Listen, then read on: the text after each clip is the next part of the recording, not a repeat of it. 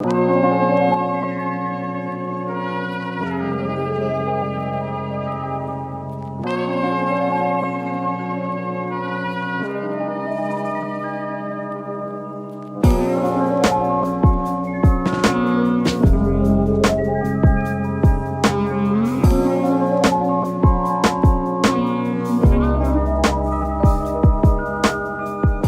W213 Mercedes-Benz E-Class has been around since 2016, so it's not exactly new. It's due for a facelift sometime later this year actually, and it should come to Malaysia by this time next year. On top of facelifts, Mercedes does annual model updates, but these concern small little things like spec updates, trim pieces, maybe badges. But for 2019, they've gone the full 9 yards and given the E-Class a brand new engine. So this is the new star of the range, the E350. That's 350 without an E at the back because this is not a plug-in hybrid. To me, that's a good thing, which I'll explain later, together with the new engine and the 48-volt EQ Boost mild hybrid system. Because just as important is the price at just under 400,000 ringgit. That's practically the same as the tax-free E350e, and equipment-wise, this is spec'd even better. Plus, if you think about it, the entry-level E200 was priced about the same when it was first launched back in 2016. So in terms of value, this is staggering. Of course, that is still around 15 to 20,000 ringgit more expensive than its two closest rivals, the BMW 530i and the Volvo S90 T8. But at this level, that's chump change. Other than the engine, another major upgrade for the E350 is the driving assistant package, which you can see by this fully glassed-in front emblem here. This is the first time this advanced semi-autonomous driving feature is fitted to a CKD Mercedes-Benz, that is outside of the flagship S-Class. So those of you in the active Mercedes-Benz owners groups, you've got your wish now. Also a special shout out to YJ Chua, you no longer have to custom order your cars anymore. Less exciting news is the reversion back to 19-inch AMG wheels instead of the 20-inch multi-spoke alloys on the previous E300 AMG line. The reason is, local dealers think the 20s are just too prone to damages without nasty road conditions. As I drive a Mercedes-Benz C300 with 19-inch wheels with very low-profile tyres similar to an E-Class on 20s, I can say that running smaller wheels does make a lot of sense. Don't get me wrong, those multi-spokes do look gorgeous, but in 3 years of driving, I've already bent quite a few of mine. So that extra bit of cushion can come in handy. And those RFTs do not come cheap. 20-inch run-flat tyres, you do not want to know how much they will cost. The suspension system is also different, with the E350 now coming with dynamic body control. Technically, this is a small downgrade compared to the E350e's air body control, but it's also a huge upgrade compared to the agility control system on non-hybrid E-classes here in Malaysia. To me, this is the one you want, but I'll get to that when we drive it later on. The rest of the car is the E-Class that everyone is familiar with by now. It's not sexy or exciting, but it's definitely handsome and well proportioned. And in full AMG line trim, fairly sporty too. For those who think that all Mercedes sedans look the same, here's a tip. You can tell them apart by the LED DRLs. The C-Class has 1 line, the E-Class has 2, and the S-Class has 3. Same with the taillights too. 1, 2, and 3. Simple, right?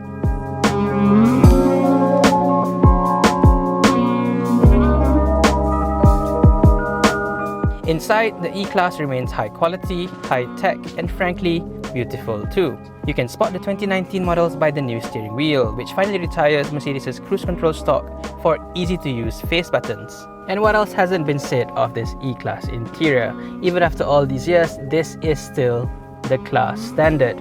But you know me, I like to nitpick. Mercedes-Benz Malaysia insists on having all this nasty piano black selection for all AMG line models. I think it looks really cheap, and this is a practically brand new car. You can already see some scratches on them. The wood alternative looks so much nicer. And then there's the Burmester sound system, which looks better than it actually sounds. There's also no front seat ventilation, which could have helped in this heat wave, you know what I'm saying? There's also a very poor right-hand drive conversion.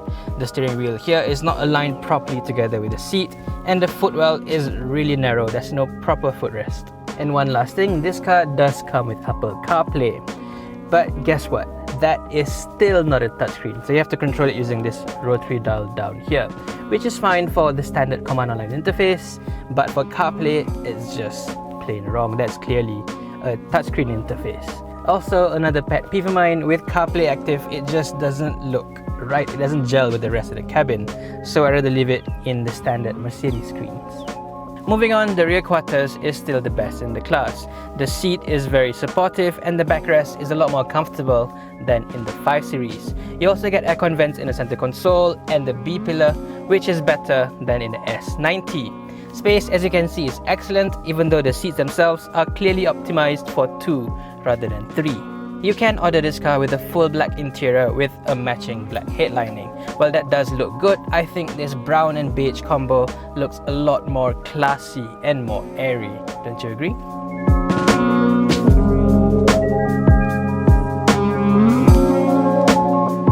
So driving the new Mercedes-Benz E350, the one thing that dominates the entire experience is the brand new engine.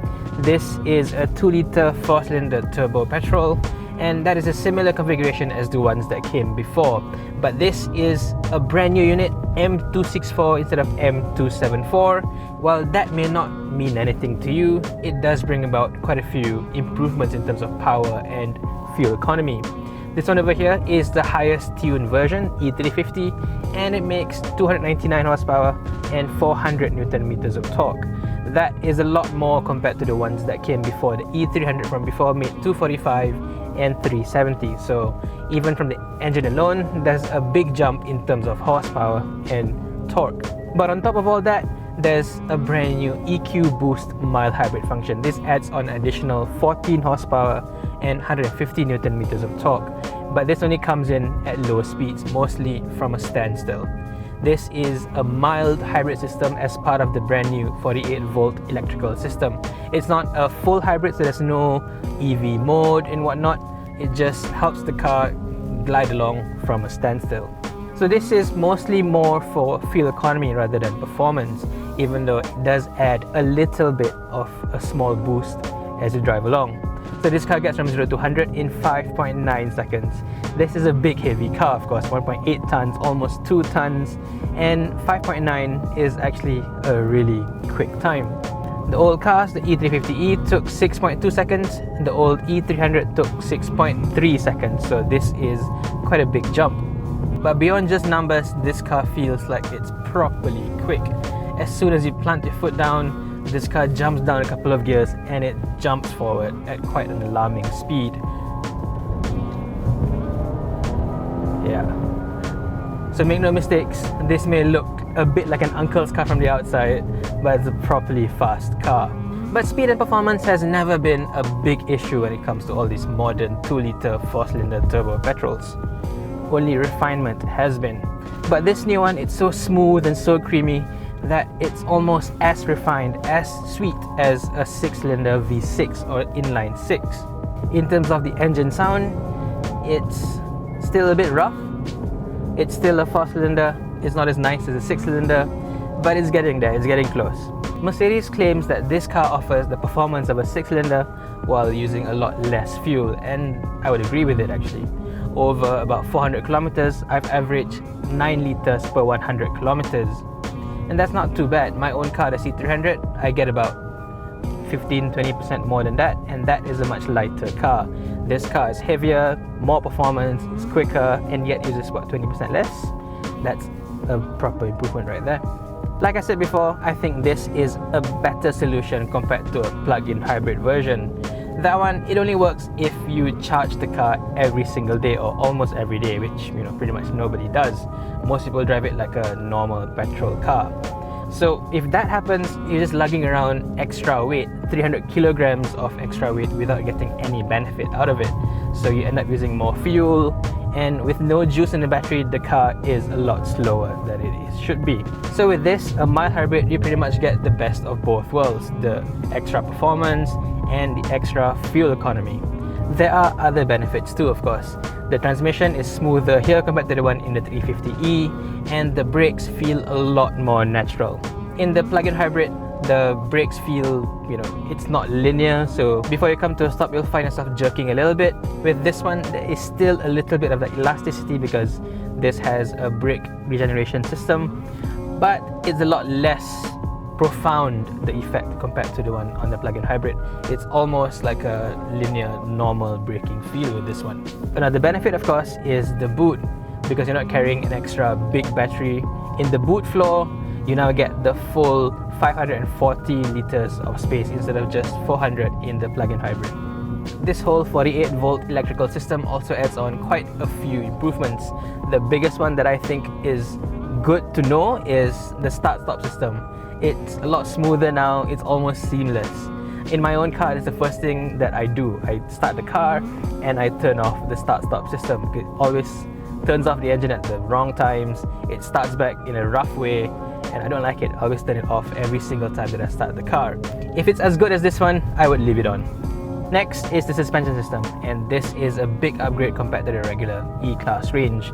This one comes with dynamic body control, and this is an adaptive system that you can set whether you want to be comfort or the harder sport settings.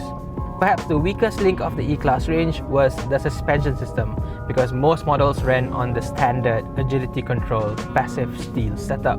So in that sense, it's far behind the best in the class, like the BMW 5 Series. With this, it gets a lot closer to the 5 Series. It's just as comfortable as the standard setup, but at the same time, throw it into a few corners and you can set it into Sport or Sport Plus modes, and this tightens everything up and you get a lot better body control, a lot less roll, while giving you extra confidence as well. So in terms of driving experience, this is a lot more accomplished compared to a standard E-Class. To me, it's also better than the E350e. While that runs on air body control, technically a much more advanced air suspension setup, that one adds on a little bit of a floaty feel, almost too soft for my liking. So this is a really good middle ground, I think. As we come to Refinement, and the E-Class is excellent in this department. There's almost no wind noise, and the tire roar, despite this running on very low, very fat run-flat tires, it's very minimal. Running on the highways, I find myself talking to my passengers in a normal conversational voice. I don't have to speak over each other or shout. It is that quiet. Also helping out in the highway driving situation is the driving assistant package. This has Distronic as well as active lane keep assist. So it basically gives you semi-autonomous driving. It controls the steering wheel, it controls the pedals, and it controls the distance to the cars in front. It needs some time for you to get used to, for you to trust the system, of course, but once you do, it is one of the best that I've tried in the business. It's definitely a lot smoother, a lot better than the ones in the BMW and the Volvo. As for Tesla, well, the autopilot system does not work in Malaysia, so I can't comment on that one. I still maintain that these functions fall under convenience features and not safety. What I consider safety are things like blind spot assist, as well as the lane keep assist. These really keep you in the middle of the lane, and if you don't indicate before you move away from your lane, the car will give you a warning in terms of a vibration on the steering wheel, or if you're going away from a solid line, the car will give you a gentle tug back into your proper lane. So yep, those are the new safety features, whereas the semi-autonomous driving, those are convenience features. And they do really work, because on the highways I found myself engaging more in conversations with my passengers. So yeah, this car helps your social life as well. So in short, the Mercedes-Benz E350 may look like any other E-Class on the road, but make no mistakes, this is easily the best one yet available here in Malaysia. It's got a fabulous engine, the suspension is fantastic, and with the driving assistant package, you now finally get the full E-Class experience. Other than one or two small flaws, you're looking at a near perfect E-Class. To me, it sits right up there at the peak of the class. At under 400,000 ringgit with this performance, this much equipment, it's a Mercedes bargain.